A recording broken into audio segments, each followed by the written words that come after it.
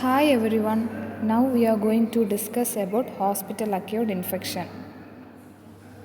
First, definition. Hospital acquired infection is also known as nosocomial infection is an infection that develops 48 hours or more after hospital admission or within 30 days after receiving health care which was not present or incubating at the time of admission. Incidence. It affects 5 to 10 percentage of hospitalized patients worldwide. It is higher in ICU patients and it is also common in developing countries due to limited infection control measures. Next, we are going to discuss about the common types of HAI, which means hospital acquired infection. First, urinary tract infection. Hospital acquired urinary tract infection is a UTI that develops 48 hours or more than hospital admission, commonly associated with urinary catheterization. Next, we are going to discuss about surgical site infection. Surgical site infection is an infection that occurs at or near the surgical incision within 30 days after surgery or 1 year if an implant is placed. The next type is respiratory tract infection. Hospital acquired respiratory tract infection is an infection of the respiratory system that develops 48 hours or more after hospital admission, not present at the time of admission. The next one is bloodstream infection.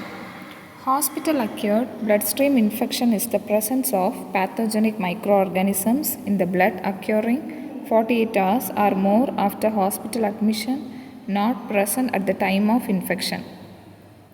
The next type is gastrointestinal infection. Hospital acquired gastrointestinal infection is an infection of the gastrointestinal tract that develops 48 hours or more after hospital admission, not present at the time of admission. Next, we are going to discuss about the modes of transmission. First, contact transmission, which transmits direct transmission like person to person.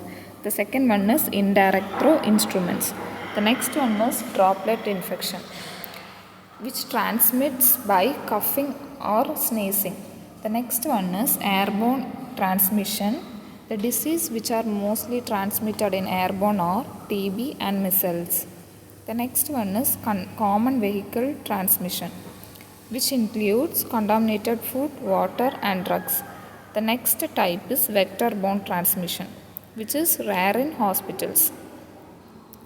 The next we are going to discuss about the prevention of hospital acquired infection. First, hand hygiene.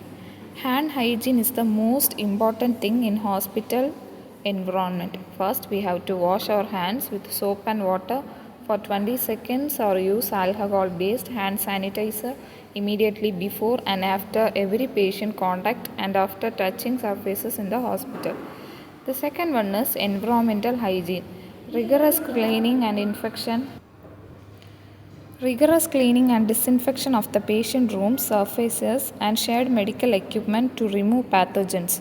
The next one is use of protective gear like PPE, which includes gloves, gowns, face mask and eye protection to prevent the transfer of microorganisms. The next one is device management, which uses sterile techniques during insertion of catheters and other devices and remove them as soon as they are no longer needed. The next one is isolation protocols.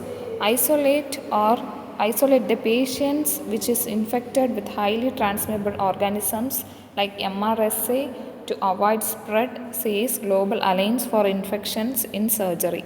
The next one is antibiotic stewardship, which uses antibiotics properly to treat infections and avoid overprescribing, reducing antibiotic resistance.